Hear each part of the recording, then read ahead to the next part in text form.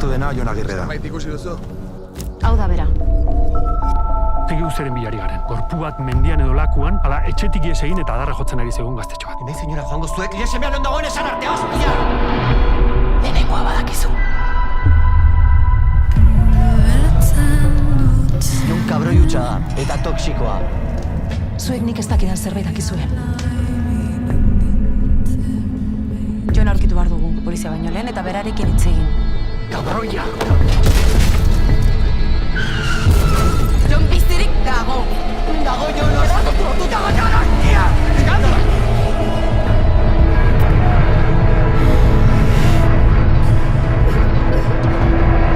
Hangoian gertatu zena mendian geldituko da. Badirudi denek zutela motiboren bat Jon gorrotatzeko. Zerbait gertatzen bazait, agur.